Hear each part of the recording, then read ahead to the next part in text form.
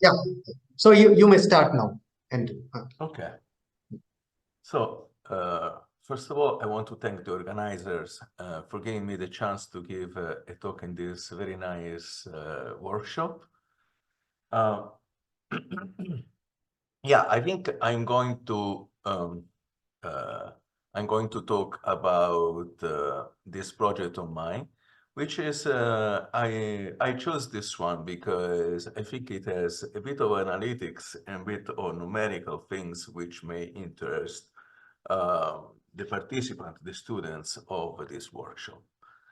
Okay, so I'm going to talk about Starobinsky inflation with a quadratic Weyl tensor. And this is the work done with Professor Tsujikawa and his students Kawaguchi-kun and Mizui-kun. Okay, so what is the motivation that made me study this project? So actually, we know that if we take Starobinsky inflation and we add to it Weyl square terms, then this theory will have in general extra degrees of freedom. And this theory was motivated in the 70s by Stelle and other people in order to have a theory which was renormalizable at one loop. However, the presence of the ghost makes the theory a bit not so clear to understand from a quantum point of view, actually. And I'm sorry. One motivation then that in the literature, actually, okay, so in the literature, actually, people studied this action, and it was not clear, actually, whether classical instabilities arise for this action or not on quasi-de Sitter backgrounds. Okay, so this is one of the things that I was motivated to study this action. Do ghosts exist? Okay. So let me put this way. Yes, ghosts exist. Point for me was second point of motivation, whether the ghost can be made soft. And when I say soft ghost, I mean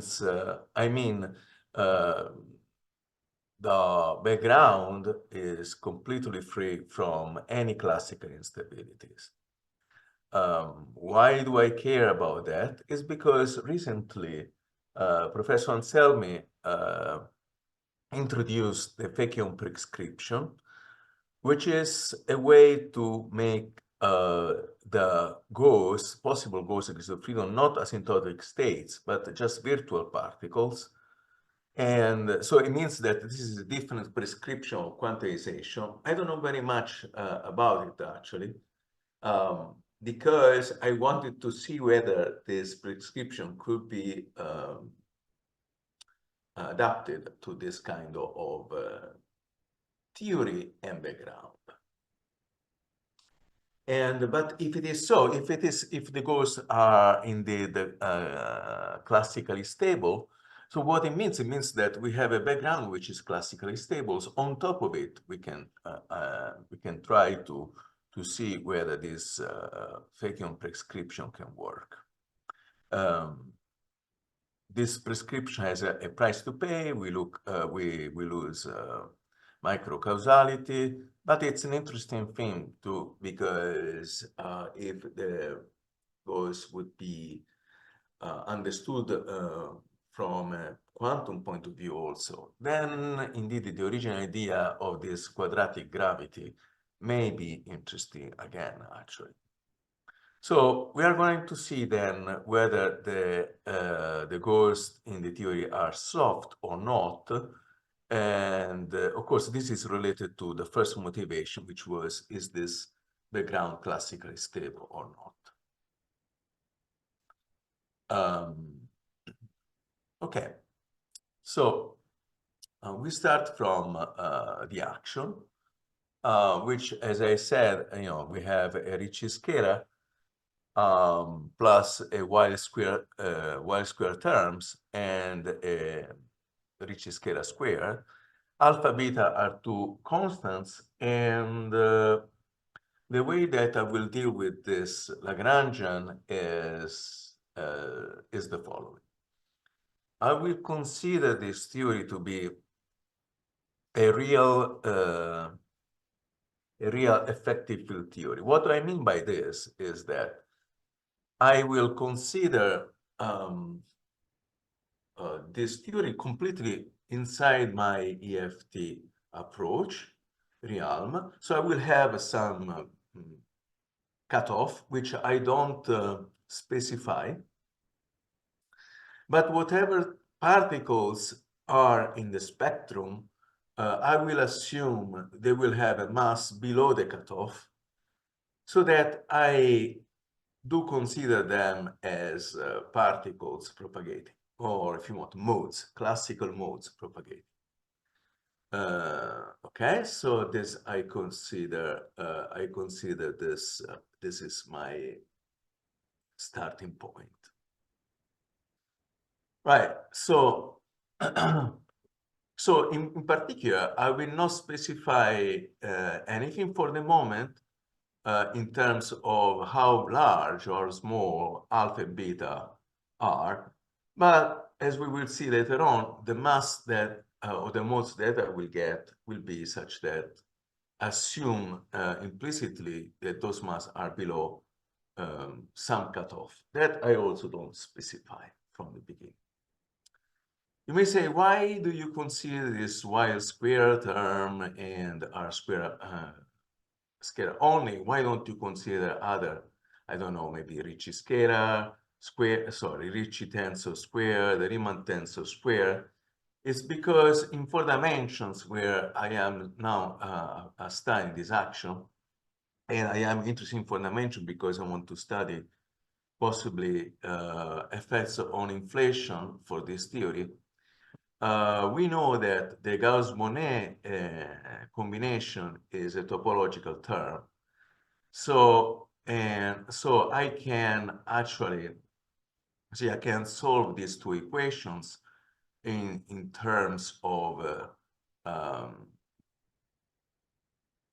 the Ricci tensor squared and the Riemann tensor square, which will be then a linear combination of C squared, R squared, and the Gauss-Bonnet. But the Gauss-Bonnet is a topological term, so I will not consider it.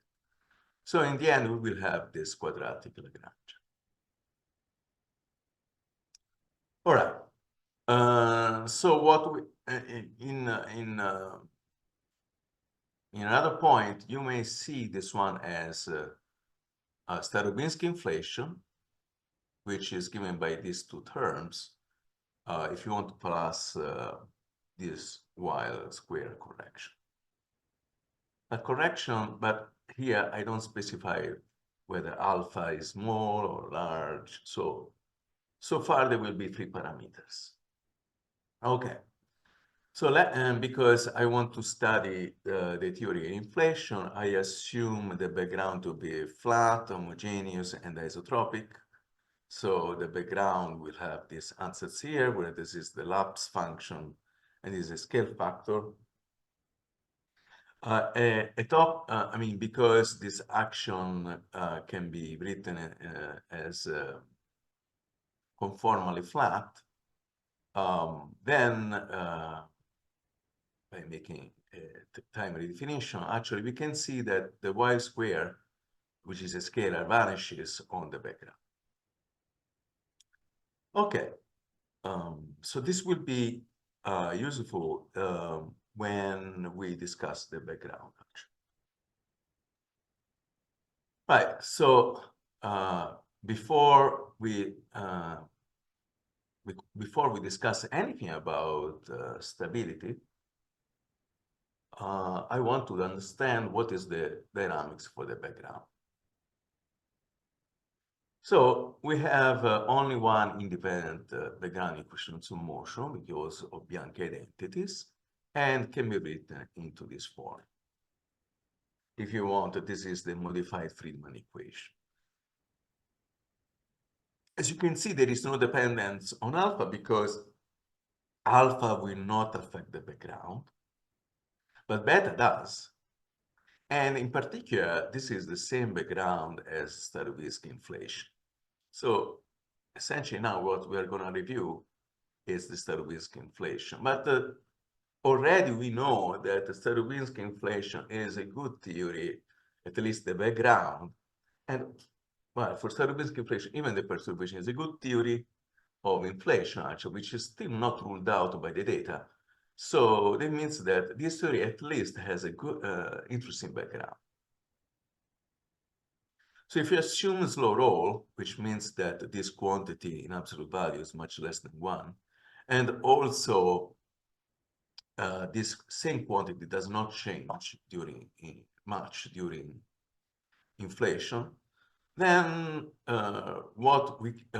so these two terms will be subdominant with respect to the first term, and then this equation will be approximately given by this quantity, out of which actually we can solve for h dot, which becomes this quantity here. And what we want an h dot which is negative. We want an h to be decreasing in time. And this corresponds actually to a positive ms squared, which will be related to the mass of the scalaron. The scalaron field is the field of the extrascalar field, which is introduced by Starobinsky inflation. So then for that, we need beta to be positive, okay? So this is a constraint that I accept, because this is a constraint that is fixed by the existence of the background solution that I am interested in. Okay, so then instead of beta, sometimes I will use this expression for beta in terms of ms squared. Okay, so if then if I take this equation, I can integrate with respect to time, and I get this equation here. And if I further, so h is the Hubble factor, which is a dot over a. So if I integrate further, I actually find at once what is the expression of a as a function of time. This is approximately true because we approximated this equation with this one. Okay. All right. So we can continue.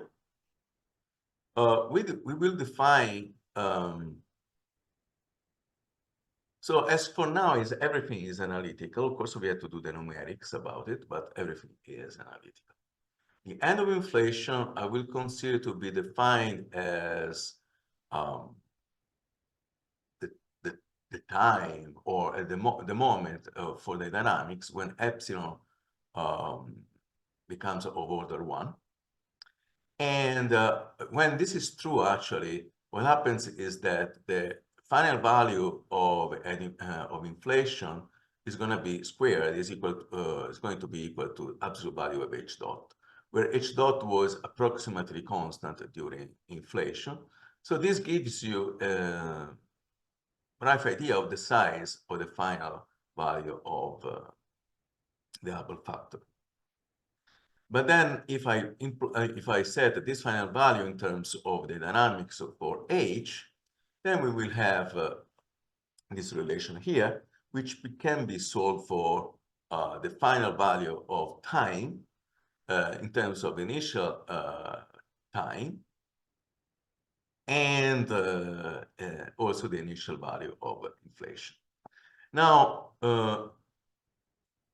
now this quantity here, actually, for the same reason that we want epsilon to be much less than 1 at the initial starting point of inflation. So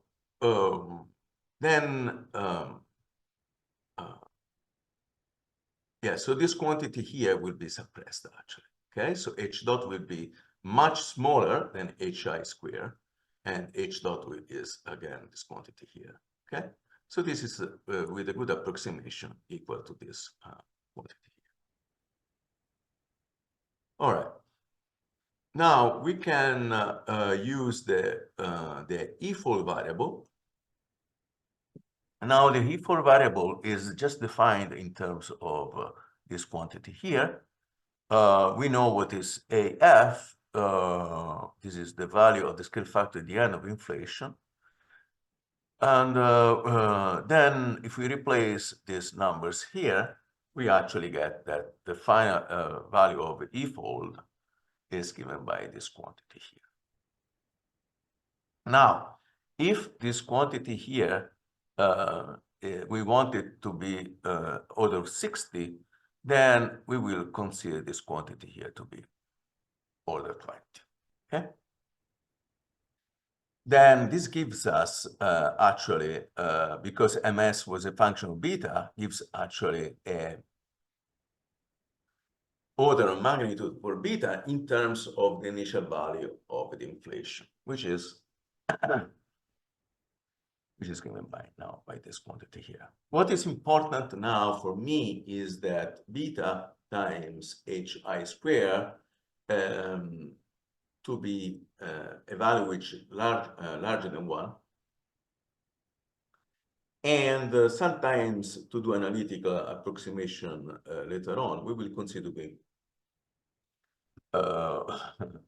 much larger than 1. Okay, you know, as just a crude approximation. But yes, so beta hi squared is larger than 1.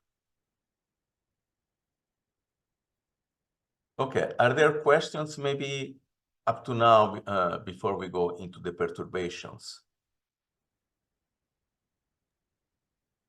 Yes, are there any questions from the audience?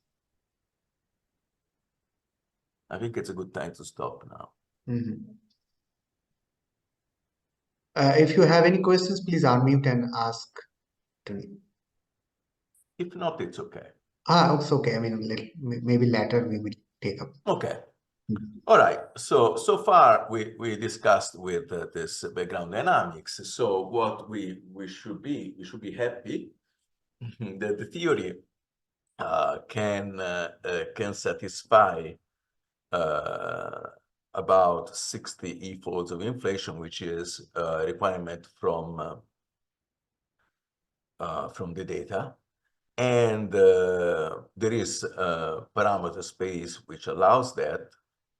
And okay, then we can move on and see also inflation ends naturally, I mean, by itself, actually. So it's an interesting kind of scenario. But so far, in terms of the background, it's exactly equivalent to Starobinsky inflation.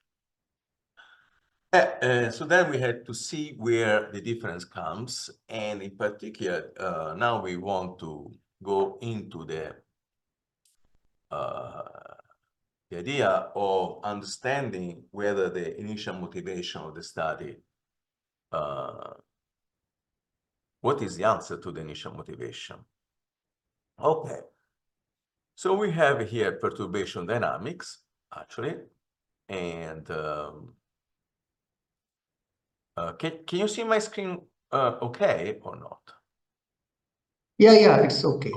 Okay. All right, so let's introduce the metric perturbations. Now, as you see, this formula here, it's pretty standard when we study metric perturbations in cosmology. You see that if you set all these fields to 0, you go back to a flat Friedel-Lemaitre-Robinson-Walker, in particular where I chose the lapse function to be unity. I can do that because of time reparametrization invariance. And as you notice, there are objects with indices, one index, and object with two indices, and object without index. So we split, we introduced the splitting according to 3D rotations, which are a symmetry of the background, actually. So then we will have 3D scalars, 3D vectors and 3D tensor. Okay, the scalars here are A, B, E, and psi. Okay, we have 4 scalars. And we have 2 vectors, Vi and F. And by vectors, I mean here the part which is transverse. Okay, so they satisfy this equation. Any vector, you see this, you see this is G0I has been written as the gradient of a scalar plus a term which is transverse. Okay, the same thing can be done here actually. All right, so then we have these 2 conditions that this V and F satisfy. So this essentially removes one element of each of the vector. And instead for the tensors, again, because we have written this way actually, we have that the transfer condition again, but also the traceless condition. All right. So this Hij will correspond to what we know by gravitational waves. In general relativity, only this quantity will propagate, will be related to a massless gravity. In this theory, we had to study what's the spectrum of the theory. Okay, so something that we know is that generativity is invariant, but also the theory that we have written before was invariant under for the general covariance, so for the diffeo. So which means that we have a gauge degrees of freedom, the choice of coordinates that we can choose. And we had to be careful about it because we don't want to have gauge fields propagating around. That would be unphysical.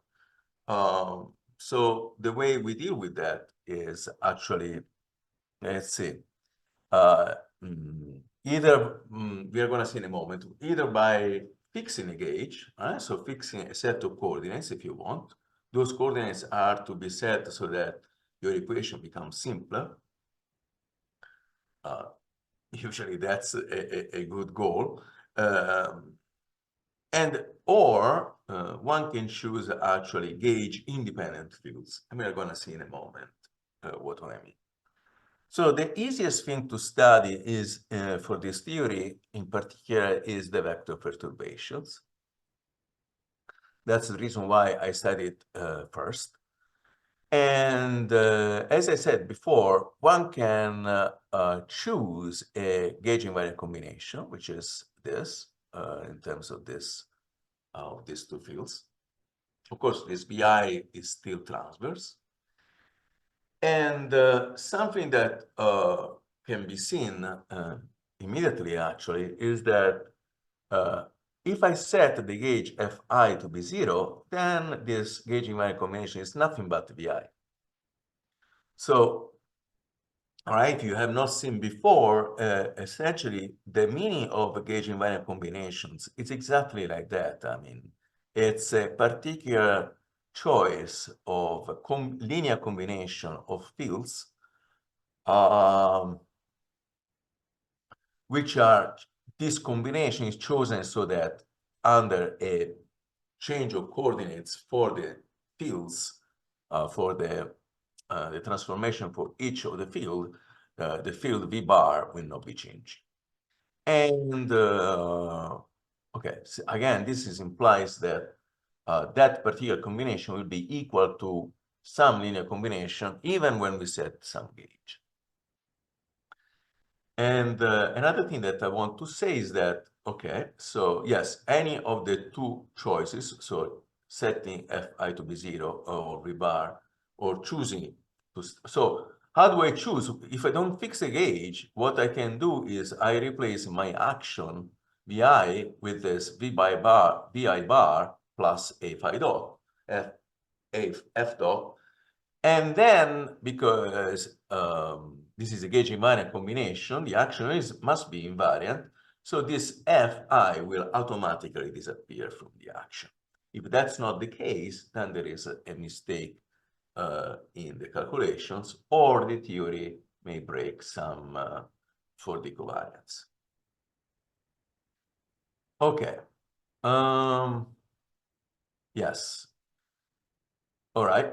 Now, let's study the linear perturbations. Okay. So we study, when I say instability of the background, I mean stability against linear cosmological perturbations. So we study in particular one very simple mode, and I do that because in this background, all the modes separate from each other. So in particular, I choose a mode which propagates along the z direction.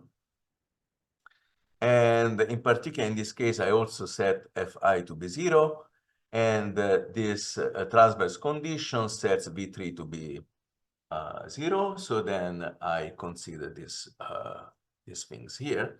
And V1, V2, I had to consider as two fields. And what I also find it very convenient is to introduce Fourier modes, Vi. In this case, V1 is a real variable, so must satisfy this condition. And I rewrite this term here in terms of two single terms, which are actually the same after you can see this is actually the same, actually. Okay, when you replace K3 into minus K3. Okay. All right. So what do? We have the initial action here. Okay, so maybe for the students, think about V1 and V2 as small quantities, or if you want to multiply this quantity by an epsilon, okay? And then you will have your initial Lagrangian, which is Lagrangian density here, the square root of minus g times this one. And then you expand the second order into epsilon, and you have your second order Lagrangian for the perturbations, out of which you find equations of motion. I will skip all these steps, but equations of motion actually separate. So we have, if you want, two identical equations, one for V1 and the other for V2, in this case for their Fourier modes. And as I was saying before, you see that all k separates from each other. So this is, this one also is vk1 function of t and k3. So you don't have mixing of different k's. So that's why we can study one mode at a time. And so because of the symmetries of background and the theory, actually this is as general as studying the most general linear perturbation. Okay, so we found this, I wrote only one, but we find two equations, one for V1 and the other one for V2. So we need two initial conditions for each field, and we have two propagating fields. Each one is decoupled from each other. It's not so complicated differential equation. And this equation, as I said, was coming from a Lagrangian. And this Lagrangian looks like this, actually. Now, as you can see, the interesting thing is that it depends on alpha. So what it means that alpha switches on the dynamics of these two vector modes. So immediately we see that this theory compared to general relativity has two extra vector fields, has two extra particles, although I'm not quantizing at the moment. But we should think in terms of particles. This has extra two particles. And another thing that I want to stress, actually, you see there is a negative sign from it. Now, when we have a kinetic term with negative coefficient, this would be the kinetic term. When this term is negative, we have a ghost. when this term is positive, we have what I would call a standard particle. So depending on the sign of alpha here, we have a ghost or not. Something that I want to say about the ghost, actually. So if you consider, I have not written here, but if you consider an action, like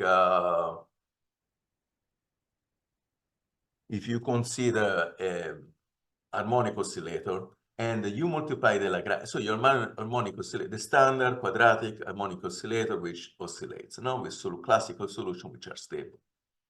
Now, if you multiply the Lagrangian by a factor -1, then you have a ghost, because your kinetic term now becomes negative. But the equations of motion will be exactly the same, because you just multiply the Lagrangian by a -1, and the order Lagrangian equation will not be changing. So it will be a stable ghost. All right. Right? So now we want, suppose we demand, that we don't want to have ghosts in the theory, then it means that we need to set alpha to be negative. Now, but if alpha is negative, as you see, this quantity here becomes negative because this quantity is positive. Beta was positive because we demanded from the background dynamics. And during inflation, this quantity is much smaller than this one, actually. So what happens is this effective mass becomes negative. All right, that's it. That if alpha is negative. Now, in inflation, actually, you notice that there is this quantity here, which is constant for a given Fourier mode, but A becomes very large because the expansion is almost de Sitter. So A is expanding almost exponentially. So this quantity here, sooner or later, will be much smaller than this. When this spin becomes smaller than 1, we see that the mode crosses the horizon. So after horizon crossing, this quantity can be neglected, and we can solve the differential equation analytically in this way. And as you see, if this quantity is negative, then you will see that this quantity here blows up. We have an instability. Notice this is purely classical instability, okay? So the standard particle would create a classical instability in the system. Now, what is this classical instability, okay? If alpha is negative, it's something bad, right? Okay, but let me discuss this instability in a second. But let me actually see what happens if alpha is positive. Well, if alpha is positive, then we have ghosts. But now this alpha positive makes the effective mass to be positive. And this is good because now, whatever this value here, this quantity will be finite. Okay? So if alpha is positive, we have ghosts, but no classical instability. Interesting, right? So this is not exactly the same kind of thing we had in the example I gave you, the harmonic oscillator, right? Because alpha enters non-trivially in the effective mass.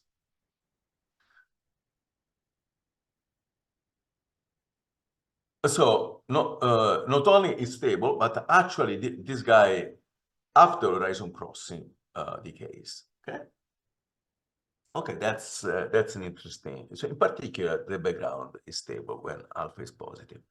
Because, okay, so now let's discuss a bit these classical instabilities. Why a classical instability is bad? We had to, okay, the classical instability is not necessarily a bad thing.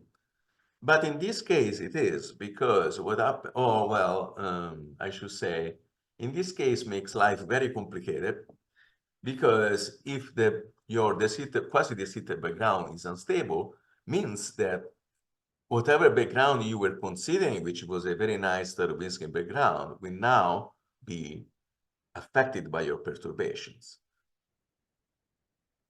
And what it means that that picture of isotropic and homogeneous evolution will not be correct after some time. After some time, it's important to understand how fast this object here is, and how fast you have to consider in terms of e-fold. As we will see, before 60 folds, this quantity here would make the background not anymore homogeneous and isotropic. What happens to that background? Well, that background will go to something else. That something else may have some interesting phenomenology, but whatever it is, it's not going to be isotropic or homogeneous. Okay, because we want to stay in this realm of homogeneous and isotropic background, we require then, as a necessary condition, alpha to be positive. Okay? So not only beta was positive, but also alpha was positive. Okay. Then you say, but no, I choose alpha negative. Okay, but then your background is unstable and you cannot really say anything. Because it's like saying, okay, so I like to,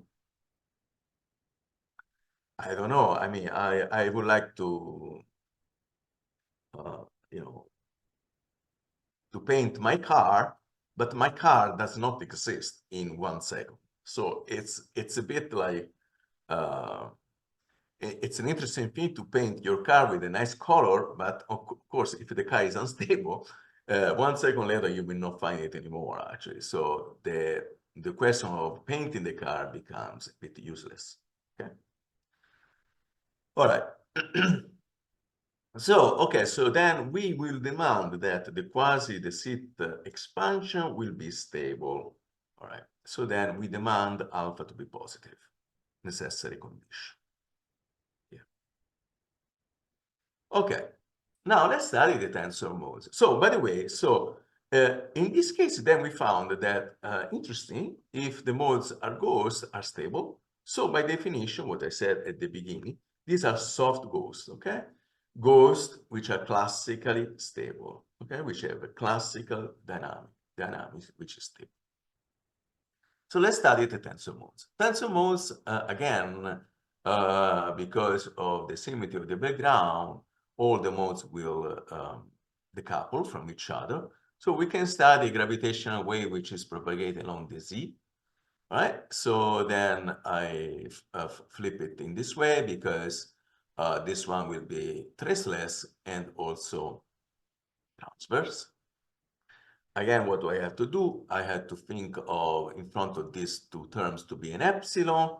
I evaluate my action, evaluate on this metric, and then expand that action as second order into epsilon. I will find a Lagrangian whose equation in motion will give me this equation here.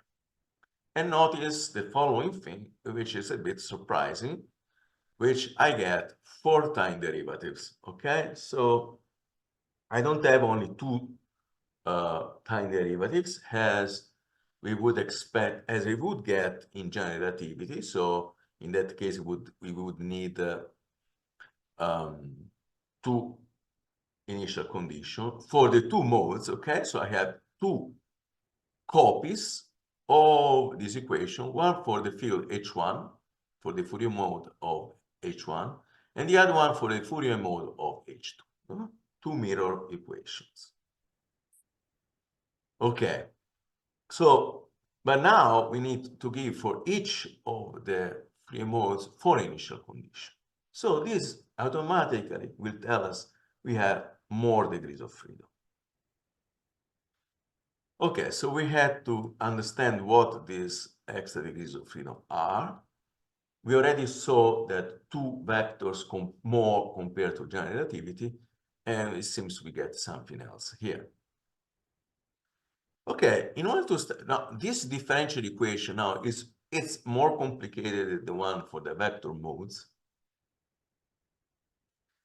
But okay, okay, so let's study first the WK approximation. So what happens in this case? So suppose that K divided by A, so the mode is well inside the Hubble horizon, okay? So what it means is that K, I choose times or K, for which K divided by A, H is much larger than 1, okay? You may say, but this condition will be violated. That's true. But at some point it will be true. And I want to see whether the modes are stable inside this assumptions, okay, approximation. When this thing is true, actually, it's convenient to study this kind of ansatz. And when you do the time derivative, so you assume the solution is similar to this object here. And in particular, you also assume that C dot divided by C is much larger than, sorry, much smaller than absolute value of omega. Okay? So this mode is dominated by this quantity here. So if you do this approximation, actually, omega, given by this, actually, and what, in particular, this is also will be true for omega dot. So omega dot must be much smaller than omega squared. So when we do this approximation, then this equation here is approximated by this. There will be extra correction terms, but that's the dominant contribution. And as you can see, one solution is of this form, and which actually tells us that the speed, if you take this one as your equation which the special relation, then the modes will have, in this case, phase or group velocity are the same, and CT squared is equal to 1. Okay, so you have, in this approximation, when you are inside the Hubble, so you have this propagation which is luminal, and in particular, it's stable. Okay. All right, so notice the square here, actually. Okay, so there are all the solution are CT is equal to 1, CT squared equal to. Okay, so we found stability inside the Hubble radius. So what happens now when after horizon crossing? Okay, we try again to find some analytical approximation, although numerical analysis is required. But let's see what happens when we do this approximation, and also when we assume a slow roll. Then the equation of motion simplifies into this form here. Extra correction will be proportional to this quantity here, or powers of this one. And in particular, you see I introduce this lambda 1, lambda 2, and lambda 1 is this object here. As you can see, is because we assume beta and alpha to be positive, right? Necessary condition for stability of the vector modes and to have a good background. So this quantity is positive, this quantity is positive. So lambda 1 is larger than this object here, and lambda 2 is lambda 1 up to this quantity here. Right. Now, if we consider, just for simplicity, if you consider this, well, this one was almost true at the level of the background. Remember, this was order 3, which for me was already much larger than 1. If you want, these are just an approximation.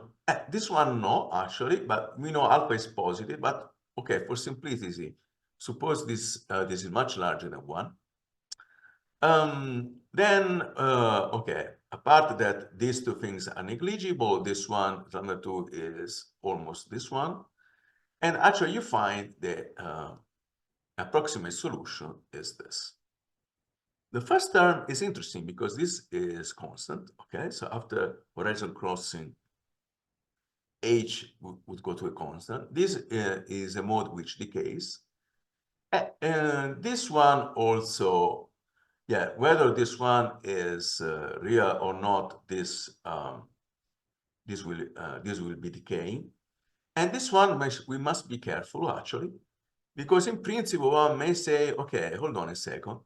If this is real and larger than 3, this may explode. But actually, it's stable, and the reason is that if we want this guy to be larger than 3, then we would require lambda to be less than 3 divided by 4. But we know that lambda 1 is actually larger than this quantity here. So this parameter space does not exist. So this quantity here is always less than 3, actually, for this range, okay? At this, so what we found, at least, also when you don't consider this case, but you consider alpha to be positive, but not much larger than 1 divided by h squared, you can still see numerically and also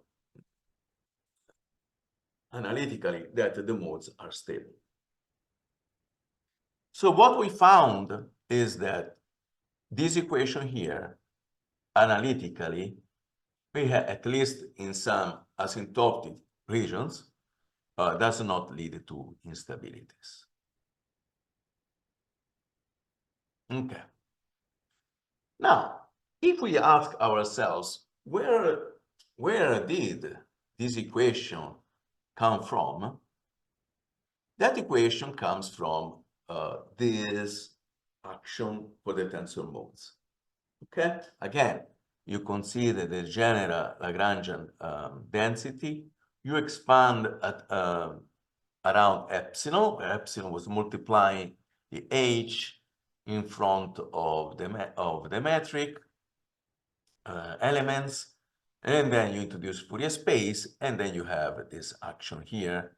With, you can think of integrating with respect to dt and dk3. Okay. Now, what we have here, you see, this is clearly the reason why we have 4 derivatives.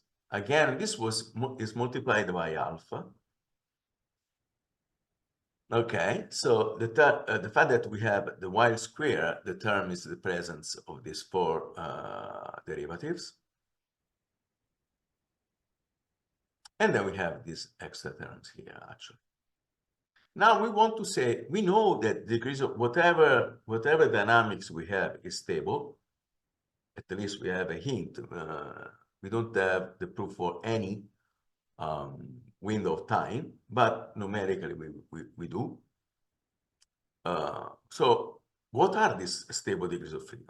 Okay, so then let's study this. How do we tell the degrees of freedom we have? So we introduce an auxiliary field. Okay, so we have the original Lagrangian, and we introduce this B1, which multiplies this linear combination of fields, where we have a new field, which is a Lagrangian multiplier, multiplying by its complex conjugate. Okay, then chi, this new field, actually is a Lagrangian multiplier, which can be integrated out by using its own equation. Okay, so if you take the variation with respect to chi, you will get that chi is this quantity here divided by C3. The crucial point is this chi is the equation for chi is not a differential equation, but it's an algebraic equation. And what it means that if you can algebraic equation, algebraic solutions for Lagrange multipliers can be inserted, integrated, reinserted in the Lagrangian. And then when you reinsert it, of course, L1 will become equal to L. Or in general, we can say that this new L1 and L will have exactly the same equation solution. Okay, they are equivalent. Equivalent, they have the same equation solution. Okay. All right, so then what do we do with this one? Okay, you see, when I multiply this one by this one, I will have h double dot square. And then I choose B1 so that it removes this term here, right? And in particular, I will choose this object here. I can also choose this other coefficient in the way I want, as to make the Lagrangian as simple as possible. In particular, I choose C1 to remove this term. And then after removing after doing this, actually, my Lagrangian, which is equivalent to the original Lagrangian, becomes this. Now, this is only the kinetic part.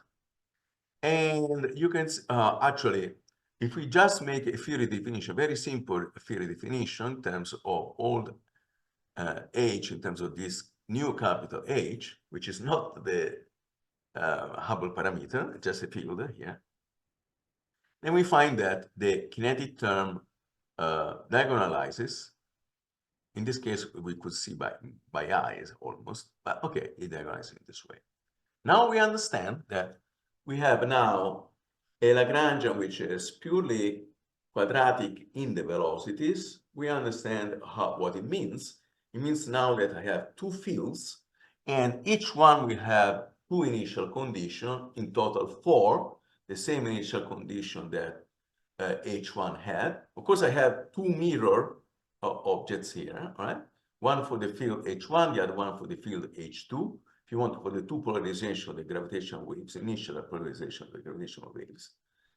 And what you can see immediately also is that no matter how, one of them will be a ghost. Okay? Of course, this is positive. H will be a standard particle, whereas chi will be a ghost. But we know the dynamics is stable, so that ghost cannot be unstable. Okay? So we found that both the tensor modes and the scalar on the vector modes have ghosts inside, but all the ghosts which we found so far are soft, which means they lead to classical stability. Okay, that's an interesting point. You may say, but what happens if you quantize? The quantization will come only after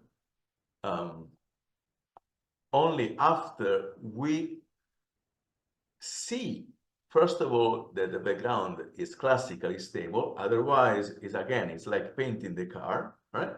A car which is disappearing.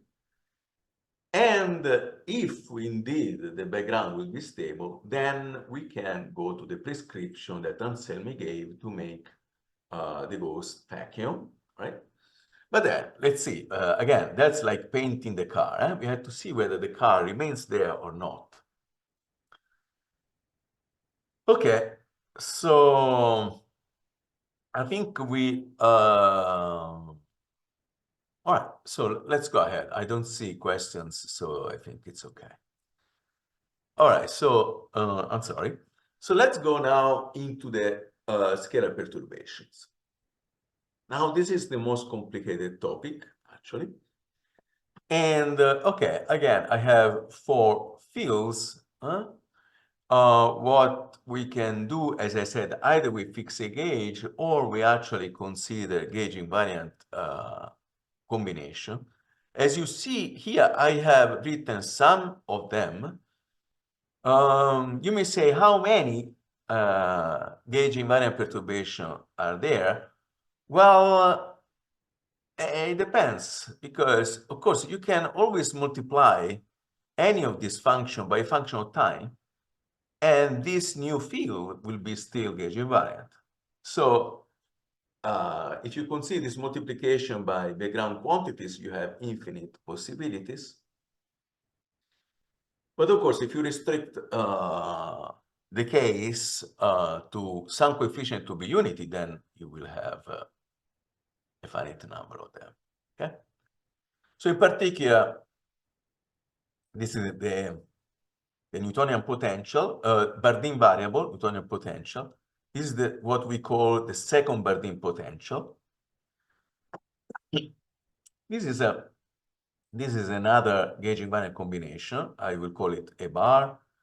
As you see, this is a linear combination. That's an interesting point. This object here is a linear combination of the two Bardeen potential up to time derivative, of course, here. And B bar is just the second Bardeen potential divided by H. And H is almost constant during inflation. You see that B bar and phi give almost the same physical meaning. Zeta, it's an interesting thing, which is, we call it the curvature perturbation. And you see it becomes proportional to delta R when psi, which these terms here becomes 0. If you want, when this quantity here, the 3D metric is, when you pick up the gauge where both psi and E equal to 0, this is what we call flat gauge. So in this case, zeta will become proportional to the perturbation of the Ricci scalar. On the other hand, when you set the perturbation of the Ricci scalar to be 0, then this quantity will be psi. Notice this is the gauge invariant combination.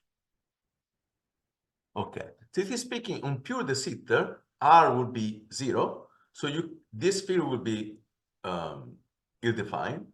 But notice we are in quasi de Sitter. We are not in de Sitter. So in any case, on pure de Sitter, this field would not be a good gauge invariant combination. Okay. Now let's consider the fields A bar and B bar. Or if you want, let me consider this flat gauge, E and psi. This gauge can always be fit because we are on a quasi de Sitter. In particular, the Hubble factor is not equal to 0. So, okay, in this quantity here, you see that this is the relation. A bar becomes equal to A, and B bar is equal to AB. Okay? All right. All right, so now what are the propagating degrees of freedom? Okay, so what I said here, if I study this perturbation, either I make this Fourier definition, or I can choose this flat gauge from the beginning because it's, okay, whatever you want to do, you will find that the kinetic term of your second order action becomes a function of A dot and A bar dot and B bar dot. And so this will be the A dot, A bar dot square terms. That's the cross term. This is B dot, B bar dot square, okay? I have this quantity here. Now for the students, yeah, is there a question?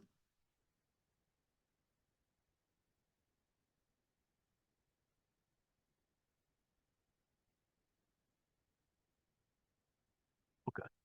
Yes, if you have any question, you may ask or type. Somebody raise a hand. I don't Yeah, know. yeah, yeah. Okay, in any case. All right, so Yeah. okay, so how do I diagonalize this matrix here? Just for, you know, I have several ways. This is a symmetric real matrix. So I have several ways to do that, actually.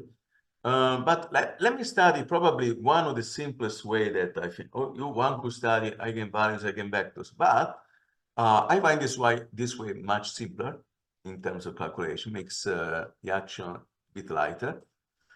In particular, I will study this upper triangular matrix here. And this transform, so what it means? It means that I have my alpha, A bar, B bar in terms of new fields, A bar 2, B bar 2, okay? This determinant is 1, so the transformation is always there as long as this quantity remains finite. And then when I do in my kinetic term, my new kinetic term becomes diagonal in this way, okay? Now, in particular, then, the sign of these objects will tell me whether I have Gauss degrees of freedom or not, and that's what I get. I get that one mode is positive, okay, because beta is positive, and the other one is negative, okay, because I chose alpha to be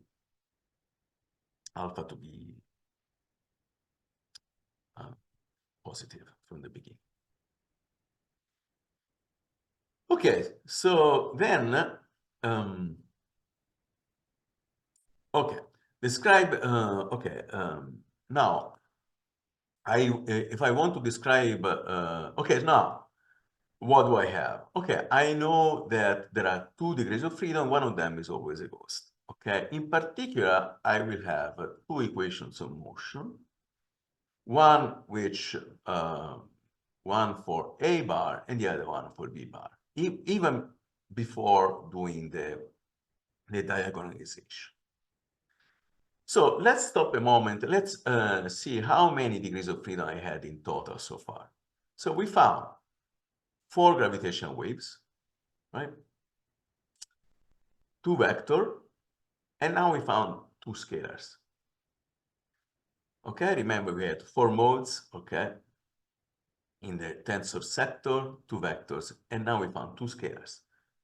So in total is 8 propagating degrees of freedom. Now, what does it mean, this one? So the way we see it is that we will have a massive graviton, okay, when so a graviton has spin 2, but it's massive, okay, so we'll have 5 modes, 2 times the spin plus 1, and then we have a massless graviton, which we know, being the GR case, where being massless only, propagates 2 degrees of freedom. And so far we have 7 degrees of freedom. And then we have the extra degrees of freedom, the extra scalar degrees of freedom, which is given by the scalar. In other words, you can think of this one to be the scalaron,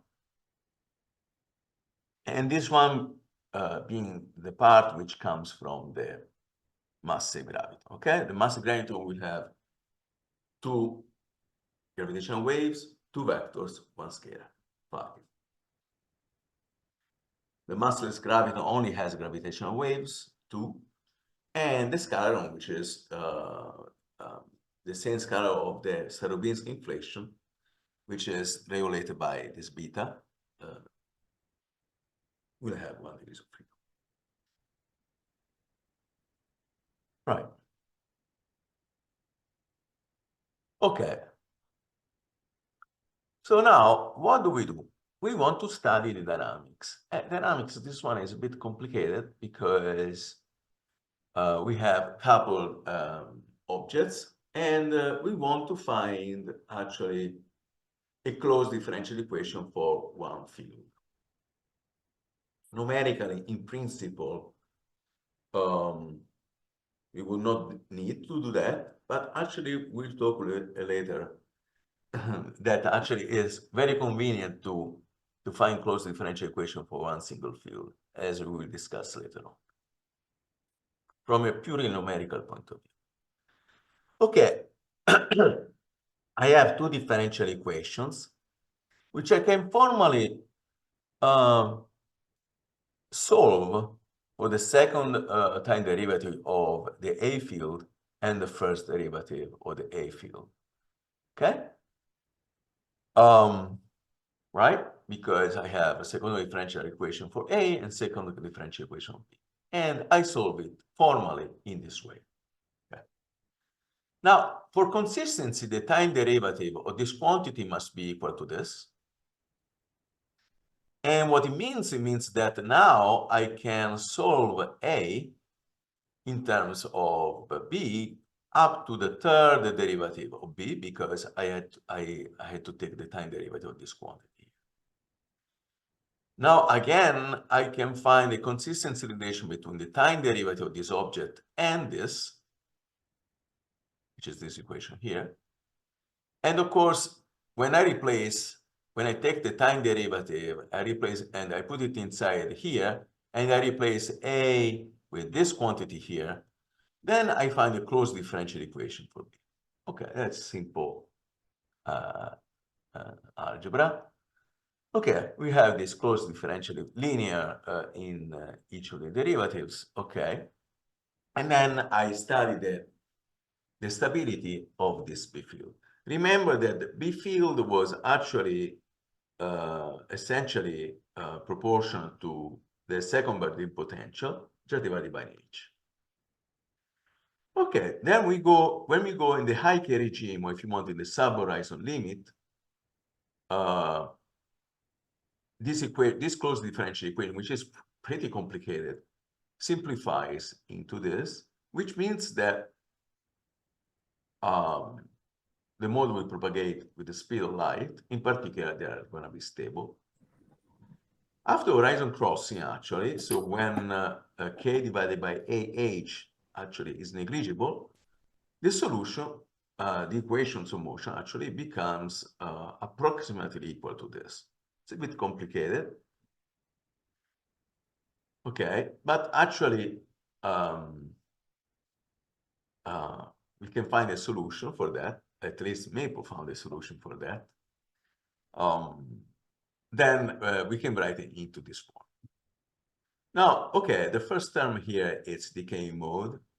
The second term also became mode because alpha and beta are all positive. I chose it to be positive. See, in this case here, no. This quantity will explode, right? Okay, so how is going to explode this one? Okay, so if this quantity is negative, okay, we will have an oscillatory oscillations here, but actually the mode will be exploding as ht divided by 2. Okay, we have an exponential growth. Sorry, Antonio. So I mean, it's already over 1 hour. So how much do you need more? I almost finished. Okay. That's fine. Okay, I'm sorry about it. Okay, so and even in this case, when this quantity is positive, this will have a faster growth. Okay, so we have this these modes. Actually, one of them explodes B, and then you say, okay, that's bad. Indeed, it is bad. So I had to go a bit quick, actually. Actually, it's interesting that the fact that one of the modes diverges doesn't mean that all the modes diverge. In particular, you can one can verify that this quantity here remains finite. Again, numerically, we can find it difficult if we start with the dynamics of A and B, but we go for a closed differential equation for zeta, we actually see that the modes remain stable. Okay, so then is this background stable or not? Okay, we found the curvature perturbations, both, no, sorry, the curvature perturbation field is stable, but stability of one mode is not sufficient to make the quasi-de Sitter background to be stable, because all degrees of freedom must be stable. Okay, so then two scalars propagate, and the metric will be, the distances between objects will be large because of the Bardeen potential grow, and also this is the while you see that apart to a coordinate dependent term, this depends on this gauge invariant combination. So there's also divergence. That means geodetic distance will diverge. And so I reached the conclusion that actually, if we wanted to use the Fakion prescription, we need the background to be classically stable. Although, however, we show the instability in the scalar sector, and not all the ghosts are soft. indeed one of them diverges, and that's the numerical treatment. As you see, you can find fields which diverge, but but that's not a sufficient condition. And we don't know at the moment how to cure it. Okay, thank you very much. Sorry for being late.